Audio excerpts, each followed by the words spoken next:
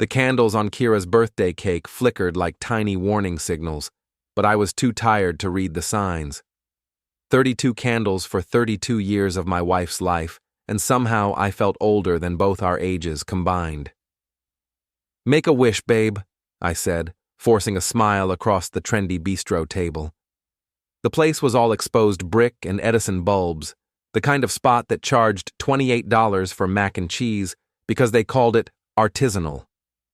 Before we dive deeper into this story, I have one small request. Please subscribe, drop a like, comment, and hit that hype button to boost this channel so more people can discover these incredible Reddit stories. Keira's friends had picked it naturally.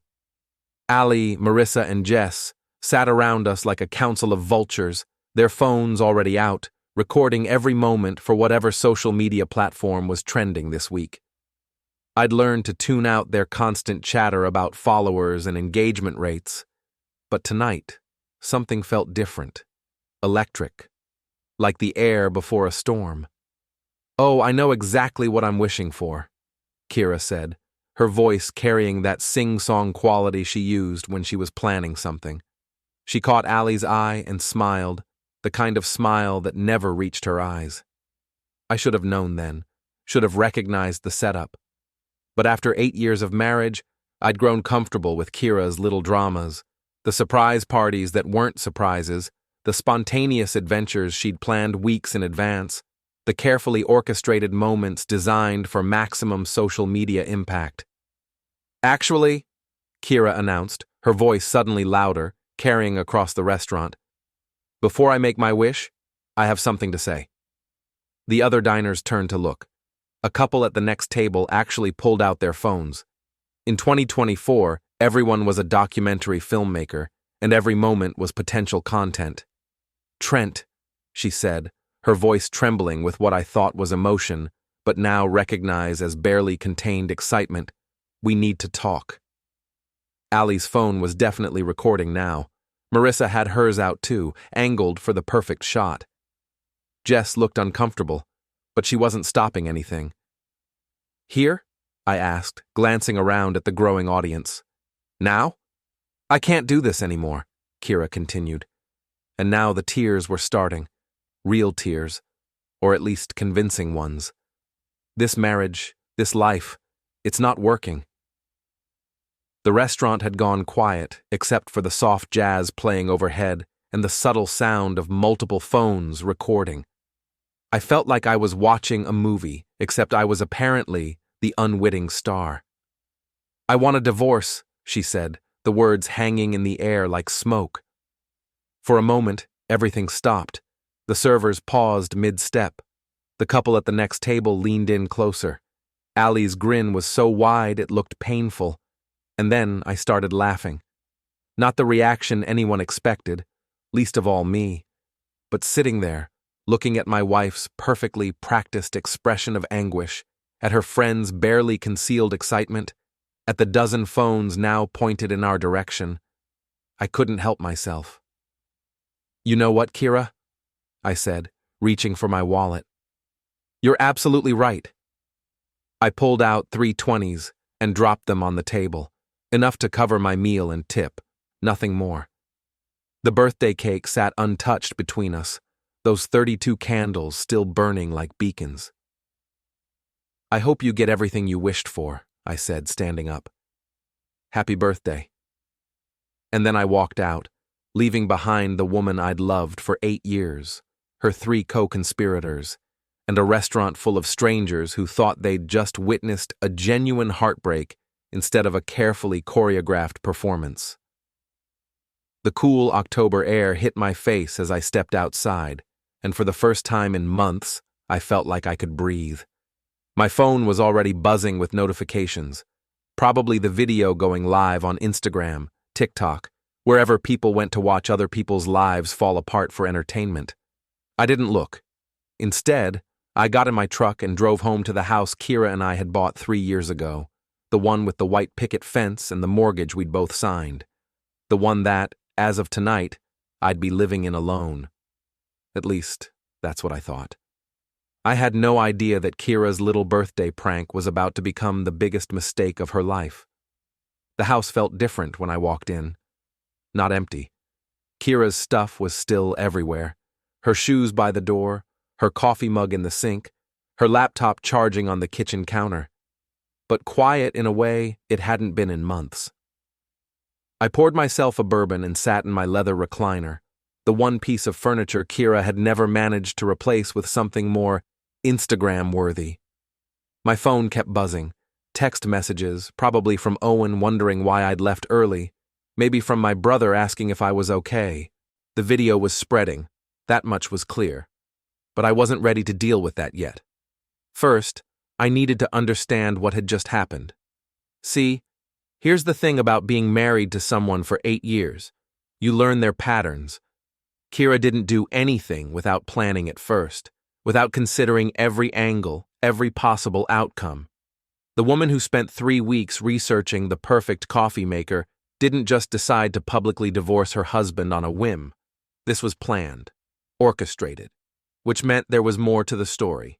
I'd always been good with technology. Comes with the territory when you're an electrician specializing in smart home systems. I'd wired our house myself, installed the security cameras, set up the network, and I'd set up our shared cloud storage, the one where Keira backed up all her photos and messages, the one she'd forgotten I had access to. I opened my laptop and logged into our shared account. At first, everything looked normal.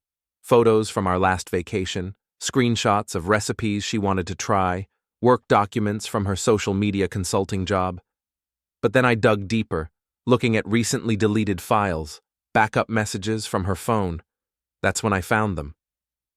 Text messages between Keira and Allie, dating back 3 weeks. Allie: "Are you really going to do it?" Keira: "It's perfect.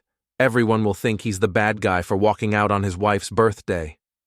Allie: "But what if he doesn't leave?" Keira: "Trust me, I know Trent. He hates public scenes. He'll run." Keira: "And then I'll post the video with some sob story about how he abandoned me. Instant sympathy, instant viral content." Allie: "You're evil. I love it." There were more. Screenshots of similar conversations with Marissa and Jess, plans for camera angles, discussion of hashtags, even a rough script of what Keira planned to say. But that wasn't the worst part. The worst part was the messages with someone named D. D: "Can't wait until you're free of him." D: "You deserve so much better than some blue-collar loser." Keira: "Soon, baby. After tonight, everything changes." D: "My place tomorrow night. Celebrate your freedom." Keira: "Already packed a bag." I scrolled through weeks of messages, months actually, photos I won't describe, plans I couldn't have imagined, conversations that made it clear this wasn't just an affair, it was a complete betrayal of everything we'd built together.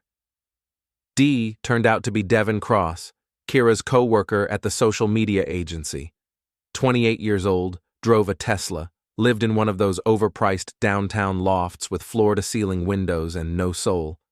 I'd met him at company parties, shaken his hand, listened to him talk about disrupting the digital landscape, while he looked at my wife like she was his next acquisition. The messages made it clear they'd been planning this for weeks. The public breakup was supposed to be Keira's grand exit, her viral moment, her transition from married woman to single influencer. She'd even researched divorce lawyers, found one who specialized in maximizing settlement outcomes for women in transition. My phone rang. Keira. I let it go to voicemail, then listened to the message.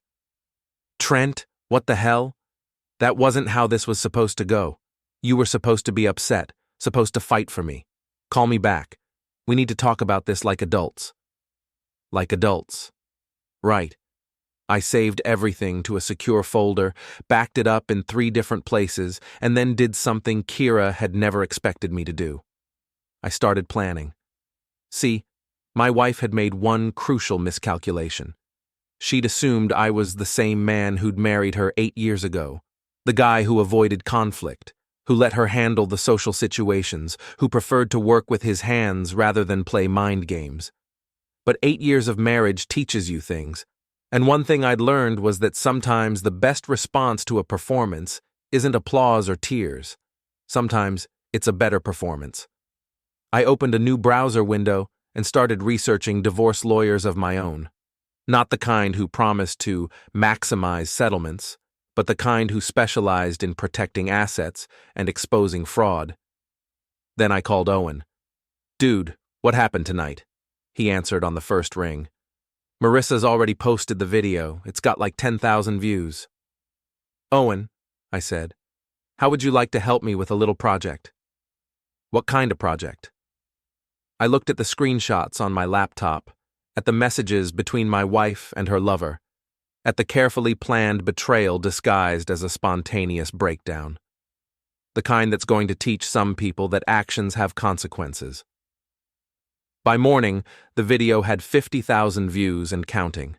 I knew because Mrs. Harker, my 70-year-old neighbor, knocked on my door at 7 a.m. with coffee and gossip. "That poor girl," she said, settling into my kitchen like she belonged there. "Abandoned on her birthday. The whole town's talking about it." Mrs. Harker had lived on Maple Street for 43 years. She knew every secret, every scandal, every piece of dirty laundry in a 10-block radius. She also had a soft spot for underdogs and a mean streak when it came to people who thought they were smarter than everyone else. "Is that what people are saying?" I asked, pouring myself coffee. "That I abandoned her?" Well, what else would they think? Poor Keira, crying on her birthday while her husband storms out. She studied my face. "Course, you don't look much like a man who's lost his wife. Maybe because I haven't lost anything worth keeping." Mrs. Harker's eyes lit up. "Oh, honey, what did you find?" I showed her the messages. Not the explicit ones, I'm not a monster, but enough to paint the picture. Her expression shifted from sympathy to fury faster than a thunderstorm. "That little witch," she breathed, "using her birthday as a prop for her cheating scheme." "Gets worse," I said. "She's already moved in with him. Packed a bag before the dinner even started." Devin Cross? That boy with the fancy car and the ego bigger than his bank account? "You know him?" Mrs. Harker's smile was sharp enough to cut glass. "Honey, I know everyone, and I know his type. They think small-town people are stupid, that we won't notice their games." She leaned forward. "What are you going to do about it?" "Well, first I'm going to secure my assets. Then I'm going to file for divorce, and then—" I paused, thinking about Keira's carefully orchestrated performance, about the months of planning behind her betrayal. "Then I'm going to give them exactly what they deserve." Owen showed up an hour later with his toolbox and a grin that meant trouble. "So what's the plan, boss?" he asked. Owen had worked for me for 3 years, ever since he'd gotten out of the army and needed a job that didn't involve sitting behind a desk. He was loyal, creative, and had a particular talent for creative problem-solving.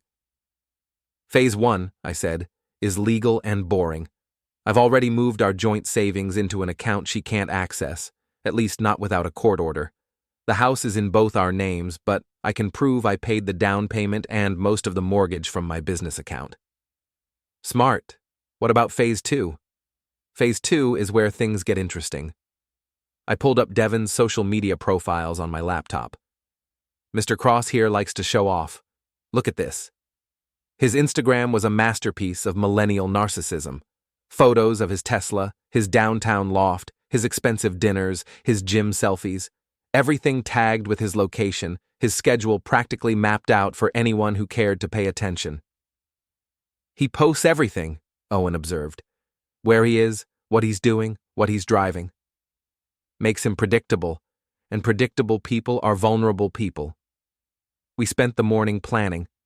Nothing illegal, nothing that would get us arrested or sued, but Devin Cross was about to learn that small-town electricians knew a thing or two about systems and how to disrupt them. At noon, my phone rang. Keira again. This time I answered. "Trent, thank God, we need to talk." "Do we?" Last night it was a mistake. I was emotional, overwhelmed. The girls put me up to it, said it would be funny, but I never meant. Where are you, Keira? A pause. I'm staying with a friend, just until we can work this out. Which friend? Another pause, longer this time. Does it matter? It matters because I know you're lying. I know about Devin. I know about the messages, the planning, the whole setup. I know you packed a bag before dinner, and I know you've been cheating on me for months. Silence. So here's what's going to happen, I continued. You're going to stay wherever you are. I'm going to file for divorce, and we're going to divide our assets according to what each of us actually contributed to this marriage. Trent, wait. Oh, and Keira, next time you want to humiliate someone in public, make sure you delete your messages first. I hung up. Owen was grinning. Feel good? Getting there. You ready for a field trip? Where to? Downtown. I want to get a look at Loverboy's fancy car. We found the Tesla in the parking garage beneath Devin's building, plugged into one of those expensive charging stations. Beautiful machine, probably cost more than I made in 6 months. The kind of car that made a statement about the driver's success, his environmental consciousness, his place in the modern world. It was also completely dependent on electrical systems. Shame if something happened to disrupt the charging process, Owen mused, examining the connection port. Terrible shame, I agreed. Course, these systems are delicate. Sometimes they just malfunction, especially when they encounter unexpected electrical feedback. Owen pulled a small device from his toolbox. Nothing fancy, just a little gadget that could send a surge through the charging system, enough to trigger the car's safety protocols and shut down the battery management system. Not permanent damage, nothing that couldn't be fixed, but expensive to diagnose, embarrassing to explain, and guaranteed to leave Devin stranded at the worst possible moment. When? Owen asked. I checked Devin's Instagram. He'd posted a story 30 minutes ago about his lunch meeting across town, tagged the location, mentioned he'd be there until 3. Now works. Owen attached the device, sent the surge, and disconnected it in under 2 minutes.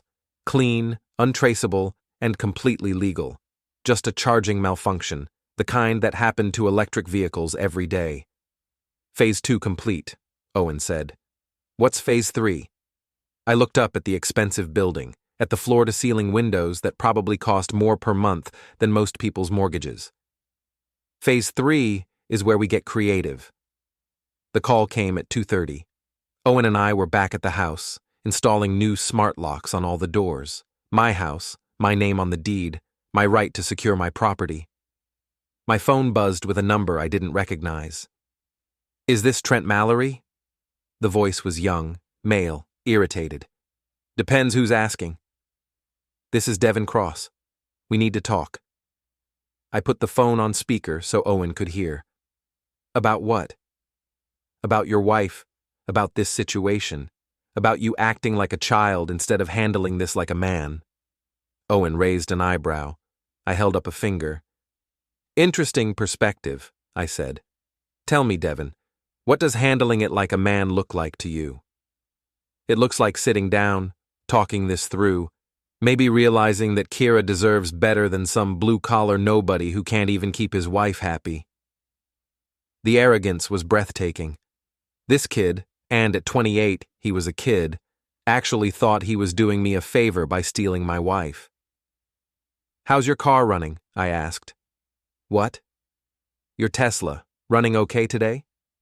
A pause. Why would you ask that? Just curious. Heard those electric vehicles can be temperamental, especially the charging systems. Another pause, longer this time. You son of a... Now. No need for name-calling. I'm just a blue-collar nobody, remember? What would I know about sophisticated electrical systems? I hung up. Owen was laughing so hard he nearly dropped his drill. Dude, you're evil. I'm just getting started. My phone buzzed with a text from an unknown number. This isn't over. I screenshotted it and added it to my growing file of evidence. That evening, Mrs. Harker knocked again. This time she had wine and information. "Went to the grocery store today," she said, settling in like this was a regular social call. "Ran into Allie Peterson. You know, one of Kira's little friends." What did Allie have to say? Oh, she was full of sympathy for poor Keira. Right up until I mentioned that I'd heard some interesting things about birthday pranks and social media stunts. Mrs. Harker's smile was predatory. Funny how fast people change their tune when they realize the whole town knows they're liars. The whole town knows? Honey, I've lived here for 43 years. I know how to spread information when it needs spreading. By tomorrow morning, everyone will know that little birthday breakdown was as fake as Allie's eyelashes.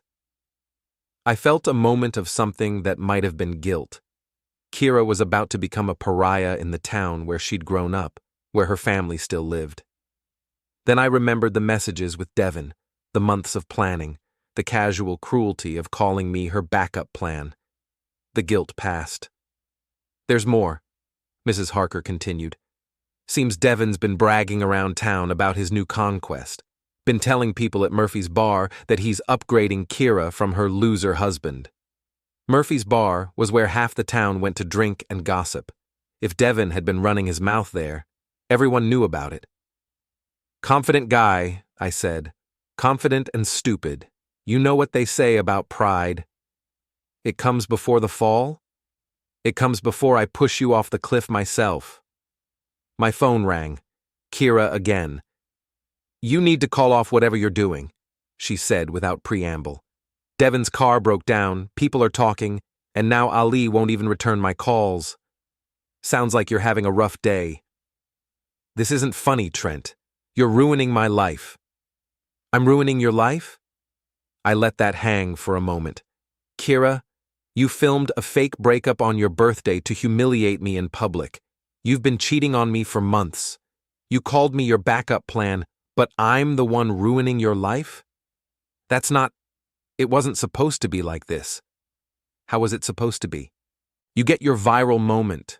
I get publicly humiliated, and then what? I quietly disappear while you and Devin live happily ever after in his overpriced apartment?" Silence. "Here's the thing you never understood about me, Keira. I don't like being made a fool of, and I really don't like people who think they're smarter than everyone else." "What do you want?" "I want a divorce. I want you to stay away from my house. And I want you to think very carefully about your next move, because this can get a lot worse for you." "Are you threatening me?" "I'm promising you. You wanted to play games? Let's play games. But remember, you started this." I hung up and looked at Mrs. Harker, who was sipping her wine with obvious satisfaction. "Phase 4? She asked. "Phase 4. The Maple Street Fall Festival happened every October, rain or shine. This year, it was shine. Crisp autumn air, leaves turning gold and red, perfect weather for the kind of small-town gathering that made people feel like they lived in a Norman Rockwell painting. It was also the perfect place for a public confrontation. I hadn't planned to go. Festivals weren't really my thing, and after the week I'd had, I wasn't in a mood for forced cheerfulness and overpriced funnel cake. But Owen convinced me. "You can't hide forever," he said. "Besides, half the town's gonna be there. Good chance to show people you're not the broken-hearted loser Keira tried to make you look like." He had a point. The video from the restaurant had been viewed over 100,000 times now, shared across multiple platforms with captions like, "Poor woman gets abandoned on her birthday," and "This is why I have trust issues." The comments were brutal, calling me everything from heartless to pathetic. Of course, that was before Mrs. Harker's information campaign kicked into high gear. We arrived at the park around noon. The festival was in full swing, local bands on the main stage, craft booths scattered across the grass, the smell of barbecue and kettle corn mixing in the air. I bought a beer from the Lions Club booth and tried to blend into the crowd. It didn't work. "Trent!" Sarah Mitchell, who'd graduated high school with Keira and me, waved from the face-painting booth. "Heard you've been having some excitement." "Something like that." "Well, for what it's worth, I never liked that Devin Cross boy. Too slick, you know? The kind who thinks his money makes him better than everyone else. Word was definitely spreading. I was talking to Mike Henderson about a potential wiring job when I saw them. Keira and Devin, walking through the festival like they owned the place. She was wearing one of those flowing dresses that photographed well, her arm linked through his, both of them smiling like they were posing for a magazine spread, which, knowing Keira, they probably were. Well, well, Owen muttered. Look what the cat dragged in. They were heading straight for us, Devin's chest puffed out like a rooster looking for a fight. I could see the calculation in Keira's eyes. Another public scene, another viral moment, another chance to paint herself as the victim. Trent, Devin called out when they were close enough for people to hear. We need to settle this. Settle what? This harassment, the vandalism, the threats. I almost laughed. Vandalism? Threats? What are you talking about?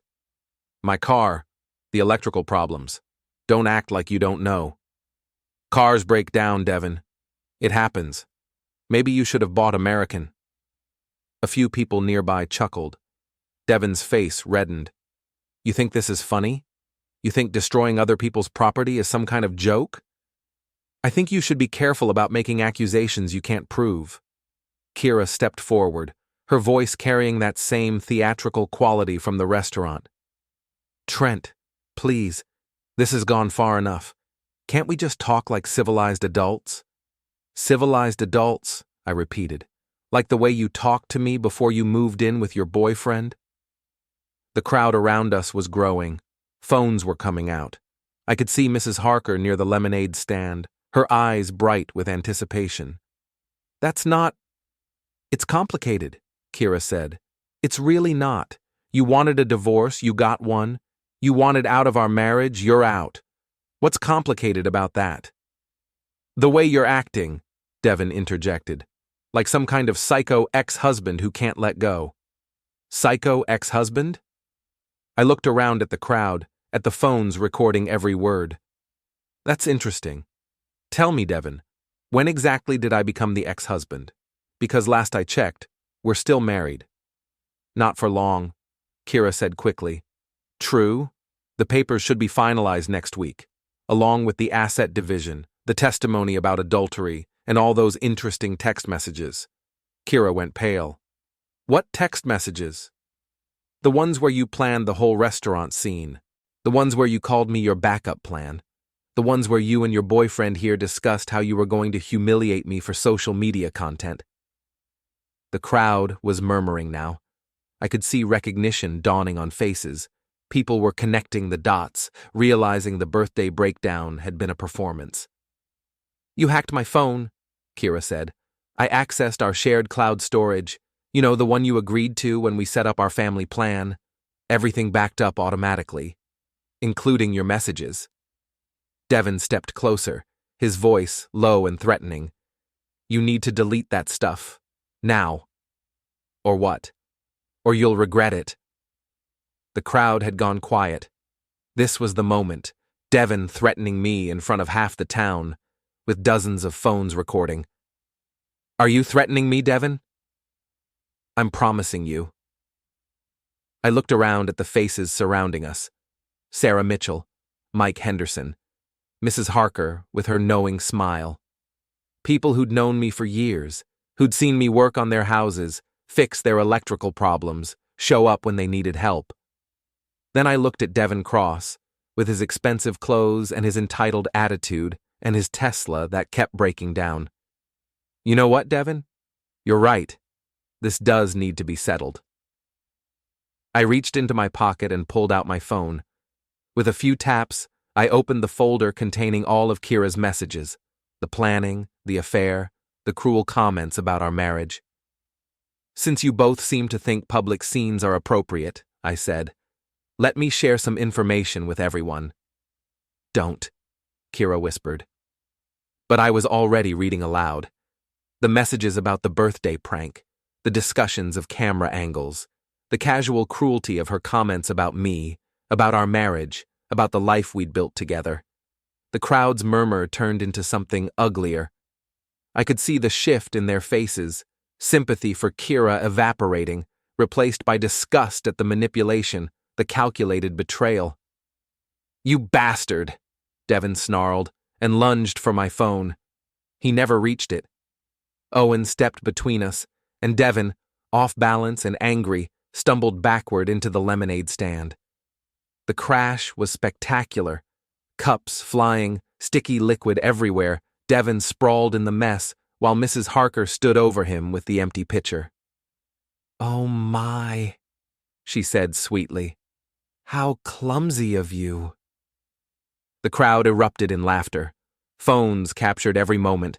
Devin covered in lemonade, Keira's horrified expression, the complete reversal of their carefully planned public image. "I think we're done here," I said, pocketing my phone. As Owen and I walked away, I could hear the conversations starting behind us. The real story spreading, person to person, phone to phone. By evening, everyone in town would know the truth. Keira's viral moment had finally arrived, just not the way she'd planned. The video from the festival went viral faster than Keira's birthday breakdown ever had, but this time, the comments were different. Instead of sympathy for the abandoned wife, there was outrage at the manipulation, disgust at the calculated cruelty, and a lot of people sharing their own stories about being betrayed by someone they'd trusted. Devin became a meme. Lemonade Guy, they called him, with screenshots of his sticky, humiliated face plastered across social media. Someone had even auto-tuned his threat into a song that was climbing the TikTok charts. I was in my workshop 3 days later, rewiring a control panel for a client when my phone rang. Unknown number, but I answered anyway. "Trent Mallory?" "Speaking. This is James Morrison from Channel 8 News. We'd like to interview you about the viral video incident. Get your side of the story." "Thanks, but no. We could offer compensation. Not interested." I hung up. The phone rang again immediately. Different number, same request. I turned it off. The media attention was getting ridiculous. 3 news stations, 2 podcasts, and something called a lifestyle blog had all reached out for interviews.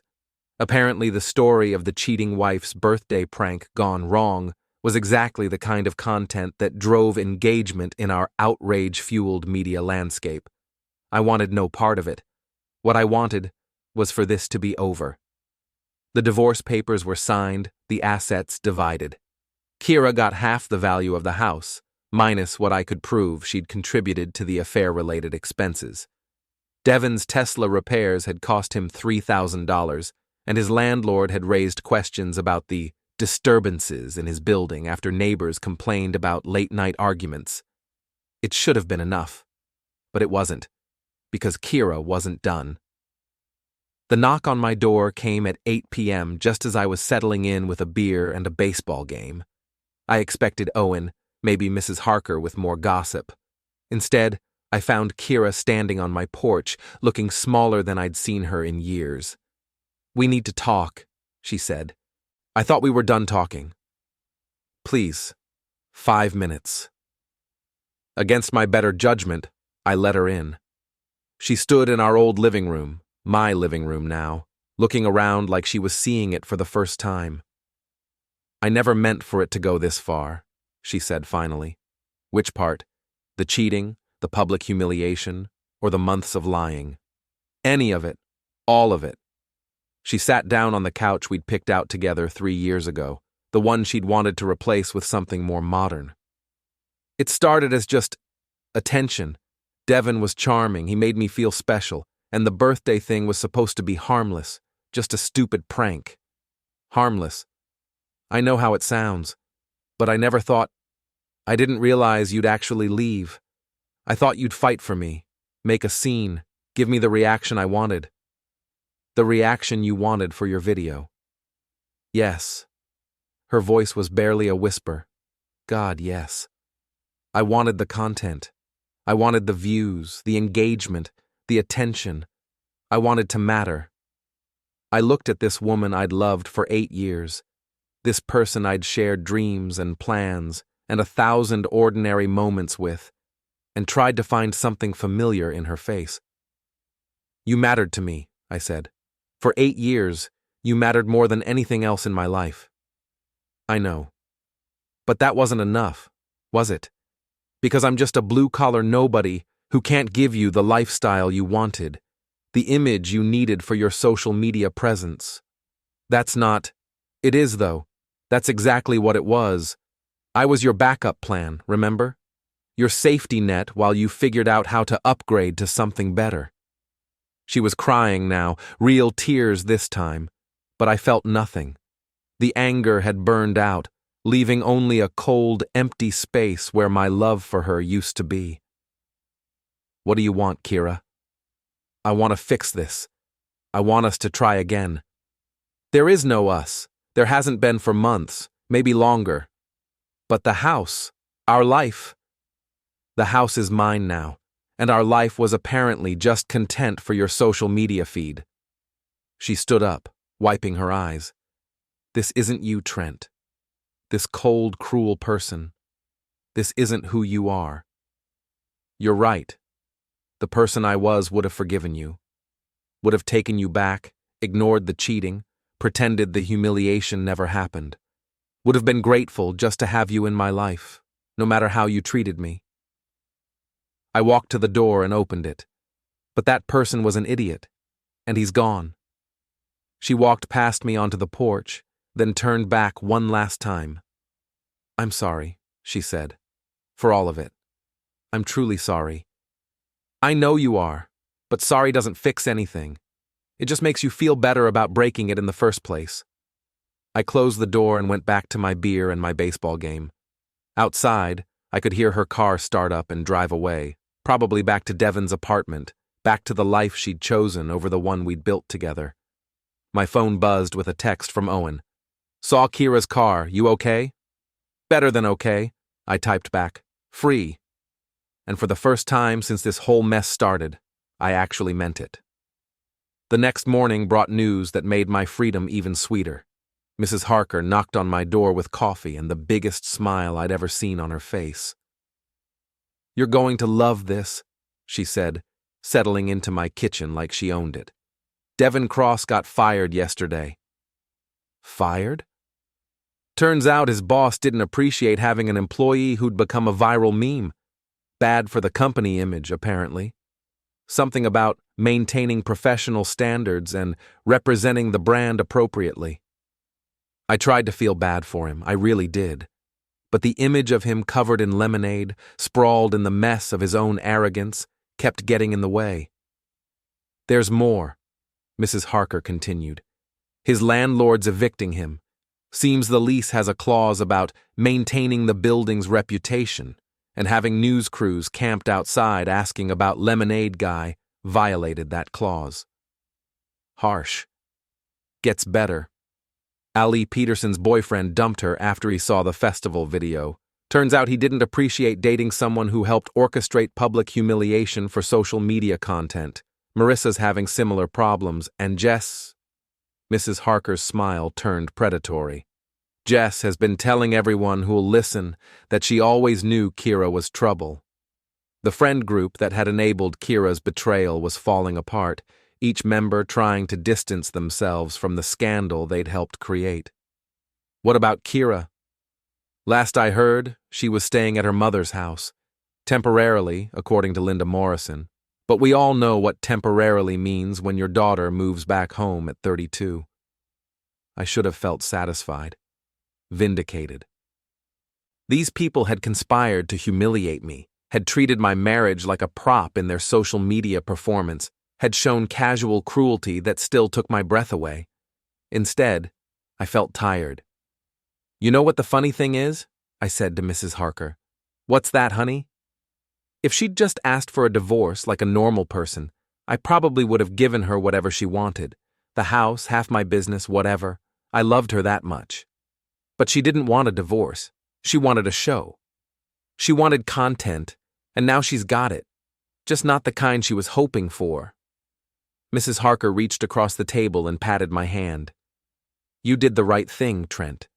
People like that, They count on decent folks being too polite to fight back. Sometimes you have to show them that actions have consequences. Sometimes you do. My phone rang. For a moment, I thought it might be Keira again, or maybe another reporter looking for an interview.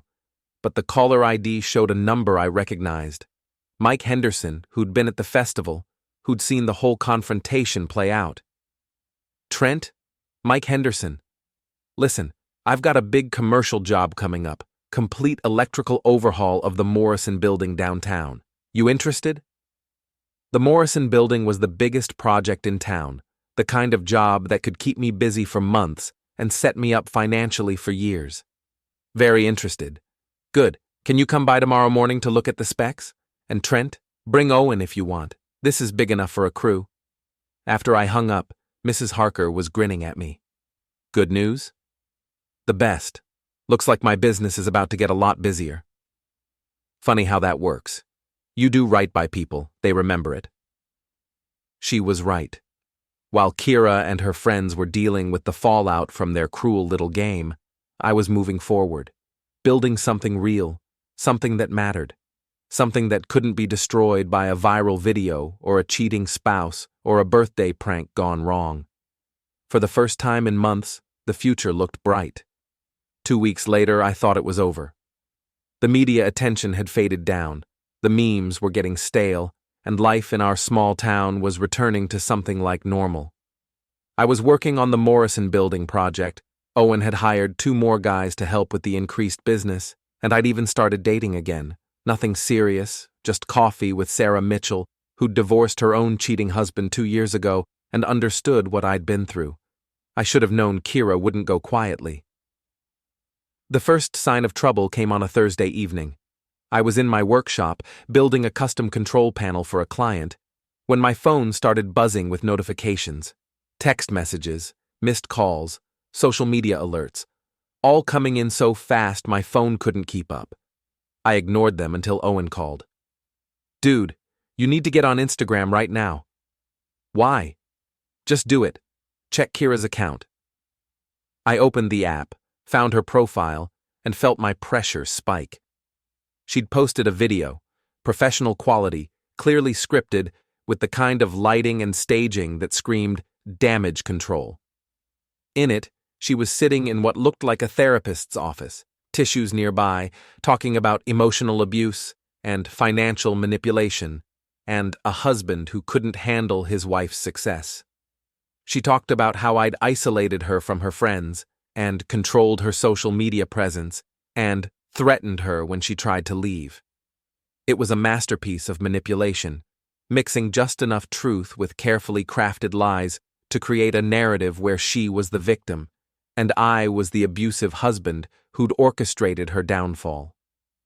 The comments were already pouring in, hundreds of them, mostly from people who hadn't seen the festival video or didn't know the full story. I knew there was more to this. Poor woman. Men like this are why women are afraid to leave. Snake, I muttered. Gets worse, Owen said. She's got a GoFundMe now. Help Keira rebuild her life after abuse. It's already raised $3,000. I scrolled through more comments, watching the narrative shift in real time. The woman who'd cheated on me, lied to me, and humiliated me in public was now positioning herself as a survivor of domestic abuse, collecting sympathy and money from strangers who thought they were helping a victim.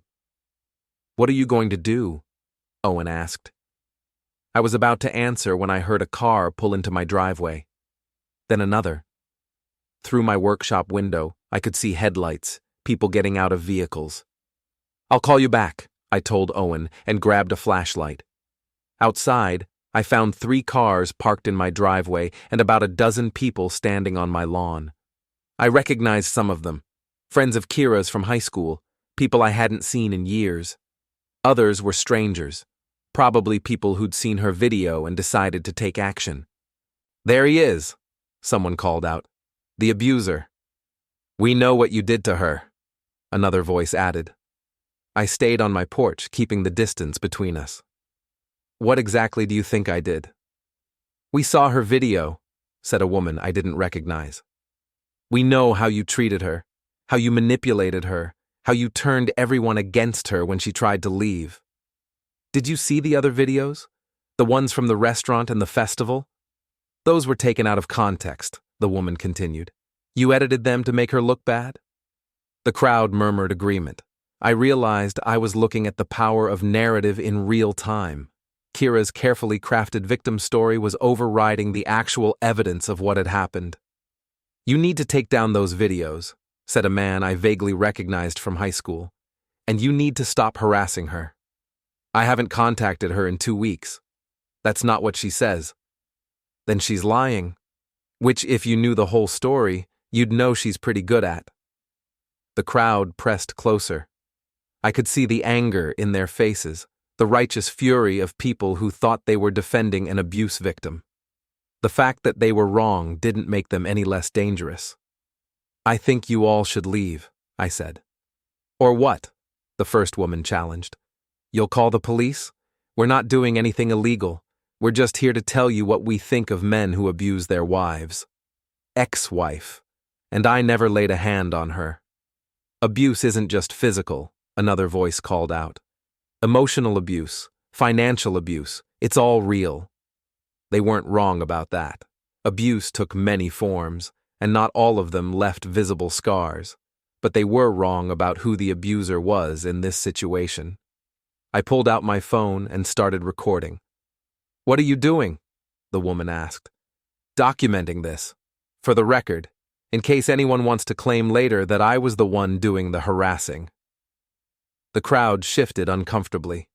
Being recorded changed the dynamic, made them aware that their righteous anger might look different when viewed by others. Just leave her alone, the man from high school said. She's been through enough. She's been through enough? I let that hang in the air for a moment. Do you know what she put me through? Do you know about the months of cheating, the public humiliation, the lies? That's your side of the story. No, that's the evidence, which you can see for yourself if you actually care about the truth, instead of just believing whatever fits your narrative. I could see doubt creeping into some faces. The power of the mob was strong, but it wasn't absolute. Some of them were starting to remember that there might be more to the story. Look, I said, I understand you want to help someone you think is being victimized. That's admirable, but you're being played. Keira isn't the victim here, she's the perpetrator. And if you don't believe me, ask yourself this. If I was really an abusive husband, why didn't she call the police? Why didn't she get a restraining order? Why is she only making these claims now, after her cheating and lying got exposed? The crowd was wavering.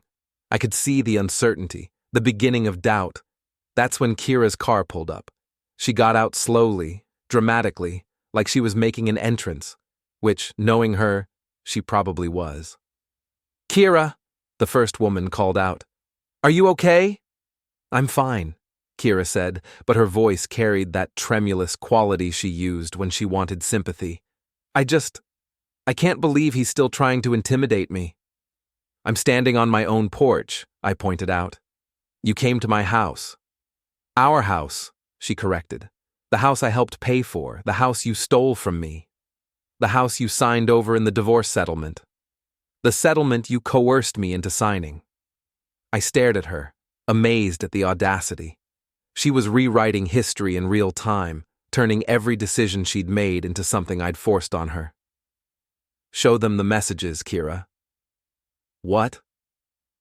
The messages where you planned the birthday prank, where you called me your backup plan, where you talked about how you were going to humiliate me for social media content. Show them those messages. I don't know what you're talking about. Sure you do. They're on your phone, unless you deleted them. Which would be interesting since you're claiming I'm the one who manipulated the evidence. The crowd was looking between us now, trying to figure out who was telling the truth. I could see Keira calculating, trying to figure out her next move. That's when Owen's truck pulled up, followed by Mrs. Harker's ancient Buick, then Mike Henderson's van, then Sarah Mitchell's car. In 5 minutes, my driveway had turned into a standoff between two groups. Keira's supporters on one side, my friends and neighbors on the other. Well, Mrs. Harker said, surveying the scene with obvious delight. Isn't this interesting? This is harassment, the first woman said. We have every right to be here. Do you? Mrs. Harker asked sweetly. Because I'm pretty sure showing up at someone's house uninvited in a group making threats constitutes intimidation, which is illegal. We didn't make any threats. Didn't you? I heard several people accuse this man of crimes he didn't commit. I heard people telling him what he needed to do, with the clear implication that there would be consequences if he didn't comply. That sounds like threats to me. Owen stepped forward, his military bearing making him look larger and more intimidating than usual. I think it's time for everyone to go home. We're not leaving until... the man from high school started. Yes, you are, Owen interrupted, because this is private property, and you're trespassing. And because if you don't leave voluntarily, we're going to call the police and let them sort it out. Mike Henderson pulled out his phone. Should I make that call now? The crowd looked uncertain.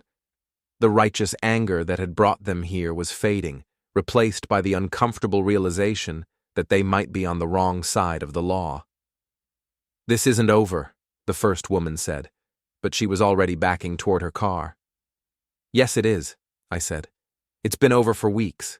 Some people just haven't accepted that yet.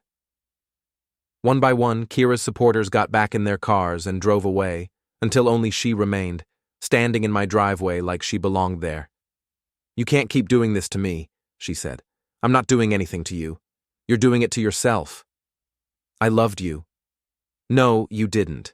You loved the idea of me. You loved having someone who would take care of you, support you, give you stability while you figured out what you really wanted. But you never loved me. That's not true. It is true. And deep down, you know it. Just like you know that everything that's happened to you is the result of your own choices. You chose to cheat. You chose to lie. You chose to humiliate me in public. And now you're choosing to play the victim instead of taking responsibility. She stood there for a long moment, looking smaller and more lost than I'd ever seen her. For a second, I almost felt sorry for her. Then I remembered the messages, the lies, the months of betrayal, and the feeling passed. Go home, Keira. This was my home. Not anymore. She got in her car and drove away, and I knew, finally, completely, that it was over. Mrs. Harker was the last to leave, lingering on my porch with a satisfied smile. That was quite a show, she said. Think it's finally done? Oh, honey, it's been done for weeks. Some people just take longer to realize it than others. She was right. The story was over. Keira could post all the videos she wanted, craft all the narratives she could imagine, but the truth had a way of winning in the end. And the truth was simple. She'd betrayed me, I'd responded, and now we were both living with the consequences of our choices. The difference was, I could live with mine. 3 months later, I was finishing up the Morrison building project when Sarah Mitchell stopped by with coffee and news. Keira moved to Portland, she said. Her mother told my mother, who told me. Apparently she got a job with some social media company up there. Good for her. You don't sound like you mean that. I do, actually. She needs a fresh start, somewhere people don't know the whole story. Maybe she'll learn something from all this. And if she doesn't? I shrugged. Not my problem anymore. Sarah smiled. I like this version of you, more confident, less willing to be walked on. Keira taught me a lot about standing up for myself, just not the way she intended. We stood there in comfortable silence, watching the sun set over our small town. The same town where I'd grown up, where I'd met and married Keira, where I'd been humiliated and found my strength. The same town where I was building a new life, one that belonged entirely to me. My phone buzzed with a notification. For a moment, I tensed, thinking it might be Keira trying to start something new, but it was just a work email, Another potential client who'd heard about my business through word of mouth. I put the phone away without reading it. Whatever it was, it could wait until tomorrow. Tonight, I was exactly where I wanted to be.